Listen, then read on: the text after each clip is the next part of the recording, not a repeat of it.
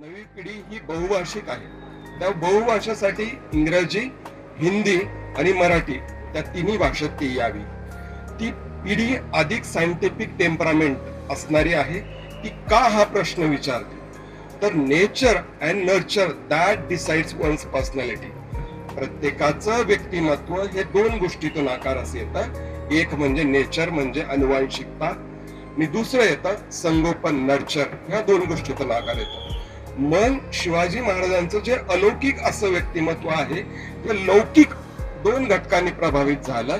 ते म्हणजे नेचर म्हणजे शिवाजी महाराजांचं व्यक्तिमत्व कळण्यासाठी आपल्याला राजमाता जिजाऊंचं व्यक्तिमत्व प्रथम पहिल्यांदा कळून घ्यावं लागतं. शहाजी महाराजांचं व्यक्तिमत्व तसंच आपल्याला कळून घ्यावं लागतं. त्यासाठी राजमाता जिजाऊंच्या पुस्तकाचं हे लिखाण म्हणजे हा सगळा अट्टहास यासाठीचा आहे.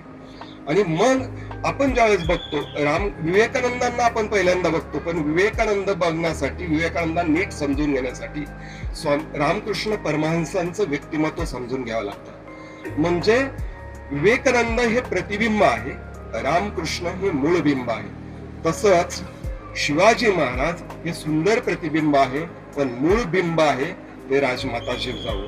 आणि मग कुठलंही प्रतिबिंब समजून घेण्यासाठी प्रथमतः आपल्याला मूळ बिंब समजून घ्यावं लागतं. ते बिंब आहे राजमाता. मग त्यांचंच व्यक्तिमत्व नेमकं कसं होतं, त्यांच्यामध्ये कुठले गुण वैशिष्ट्य होते, त्यांना कुठल्या सवयी होत्या त्यांच्या, आणि ते कुठल्या पद्धतीने विचार करत होते, कुठल्या पद्धतीने ऍक्शन त्यांच्या घेत होते, हे जर आपल्याला नीटसं समजून घेतलं तर आपल्याला लक्षात येईल की आपल्याला राजमाता जिजाऊंचं व्यक्तिमत्व किती अफाट आणि उत्तुंग होतं. आजही युनिव्हर्सल वैश्विक पर्सनॅलिटी जर म्हटलं तर त्यांच्याकडं आजही कंटेम्पररी इतिहासामध्ये सुद्धा, कंटेम्पररी वर्ल्ड मध्ये सुद्धा इतकं पॅरेंटिंगची जी सगळी सूत्र आहे ती आजही लागू होतील इतकी ते अफाट व्यक्तिमत्व आहे. मग तीच व्यक्तिमत्व समजून घेण्यासाठी राजमाता जिजाऊ पुस्तक आपण नव्याने समजून घेतोय. कारण की आपण आता 2025 मध्ये आहोत. त्यावेळेस जग अत्यंत ऍडव्हान्स झालेलं आहे, बायोलॉजी ऍडव्हान्स झालेली आहे, आपण जेनेटिक्स समजून घेतो आहोत आणि त्याच्यामध्ये सगळे सायन्स पुढे गेलेले आहेत. मग ह्या सायन्सच्या परिप्रेक्षामध्ये आपल्याला तोच इतिहास नव्याने समजून घेण्यासाठी एक अधिकारी व्यक्तीने तो नव्याने समजून सांगणं आवश्यक होतं. ते काम, अवघड काम डॉक्टर संजय गायकवाड सरांसारख्या जे मुळात भाषेचे अभ्यासक आहे पण इतिहासाचे त्यापेक्षा अधिक म्हणजे मोठे अभ्यासक आहे, ह्या ज्यांचं भाषेवरही प्रभुत्व आहे आणि इतिहासाची चांगली जाण आहे, अशा माणसाने ते पुस्तक आणणं अपेक्षित होतं. ते त्यांनी केलं. या पुस्तकावर जो संस्कार चढवला तो साकेत प्रकाशांनी जाणीवपूर्वक सगळ्या गोष्टी, त्याच्यामधली वापरलेली भाषा, मांडलेली तथ्य ही आतापर्यंतच्या सगळ्या इतिहासाला नीट मांडणी करतील इतकं ते बघितलं आहे. युval नोहा हरारी नावाचे इतिहासकार आहे जगातले. ते अत्यंत महत्वाचं वाक्य आहे. अलीकडचा इतिहास जो आहे त्याच्यामध्ये फिक्शन जास्त आहे, फॅक्ट कमी आहे. आणि सगळ्यात मोठ्या इतिहासकाराची मोठी जबाबदारी यात असते की त्याच्यामध्ये फॅक्ट बेस्ड इतिहास असावा, फिक्शन कमीत कमी असावं आणि फिक्शन फक्त त्याचा रोल असावा तो पोहोचवण्यासाठी असावा. आणि हीच मूळ लक्ष ठेवून हे पुस्तक साकेत प्रकाशांनी काढलं आणि ते त्याच पद्धतीने संजय गायकवाड सरांनी त्याला तशी मांडणी केली. म्हणून हे पुस्तक अत्यंत महत्वपूर्ण आहे. आणि हे पुस्तक जर कोणीही वाचलं तर आत्ताही तो मुलगा, म्हणजे इंग्रजीमध्ये वाचला, हिंदीमध्ये वाचला आणि मराठीमध्ये वाचला, तो मुलगा, तो पालक आपल्याला नव्याने समजून घेईल आणि असा निर्भय माणसं, निर्भय पिढी आपली नव्याने तयार होईल. हिंदवी स्वराज्य म्हणजे ऐतिहासिक घटना नाही. हिंदवी स्वराज्य नव्याने घडत असतं आणि ती घडत असतात नवीन पिढी. आणि त्या नवीन पिढीला आपल्याच मातीत घडलेले आपलीच माणसं, त्यांच्या समोर असलेल्या अनंत अडचणी त्यांनी स्वतःला समजून घेतलं, आपल्या जिओग्राफीला समजून घेतलं, प्रिन्सिपल सेंटर्ड अप्रोचने ते पुढे गेले.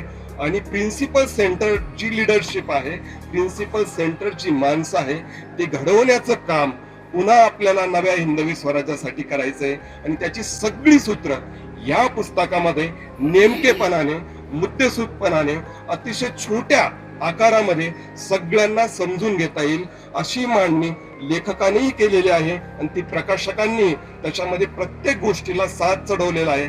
ते पुस्तक आकर्षक होण्यामागं, ते पुस्तक त्याच्यामध्ये संस्कार करण्यामागं साकेत प्रकाशनचे डॉक्टर बाबा भांड सर असतील, प्रतिमा भांड मॅडम असतील, साकेत सर असतील, त्यांची सगळी टीम असेल, यांनी खूप कष्ट घेतलेले आहेत.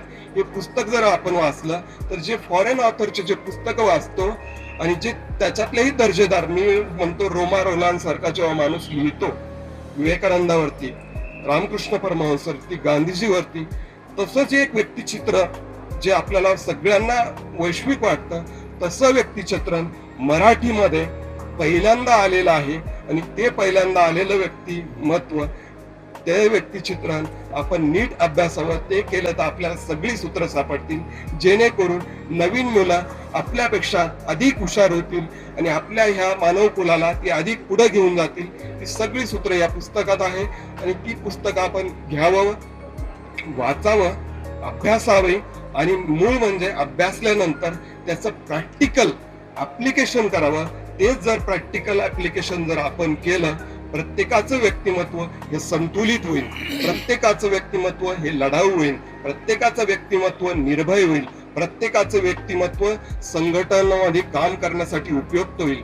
आणि ज्यांचं ऑर्गनायझेशन स्किल चांगलं आहे, ज्यांचं कम्युनिकेशन स्किल चांगलं आहे, ज्यांचा प्रिन्सिपल सेंटर्ड अप्रोच आहे आणि ज्यांचा विश्वाबद्दल करुणा आहे, असा माणूस जेव्हा समाजासमोर नव्याने पुढे येईल तर तो माणूस या विश्वाला आज जिथं आहे तिथून तो अधिक पुढे घेऊन जाईल. ही सगळ्यात मोठी गोष्ट आहे. आणि युवा जर रुडगर ग्रेगमन नावाचा इतिहासकार असं म्हणतो की सगळे इतिहास अशा पद्धतीने लिहिले गेले की ते लढायामध्ये, परंतु माणसाचा इतिहास केवळ हा लढायांचा नाहीये. माणसाचा इतिहास आहे सहकार्याचा, माणसाचा इतिहास आहे प्रेमाचा, माणसाचा इतिहास आहे संघटनाचा. जर माणसाकडं प्रेम असलं, करुणा असली, संघटन असलं, उद्दिष्ट चांगलं असलं तर तो माणूस पुढे घेऊन जाईल. हीच त्यांचं जे पुस्तक आहे ह्युमन काइंड अ होपफुल हिस्ट्री, माणसाला आशादायी इतिहास द्यायचा, तो आशादायी पद्धतीने दिला गेला पाहिजे आणि ते काम लेखकाने आणि प्रकाशनाने केलेलं आहे. त्या दोघांचे मी आभार मानतो आणि धन्यवाद देतो. धन्यवाद सर, थँक्यू.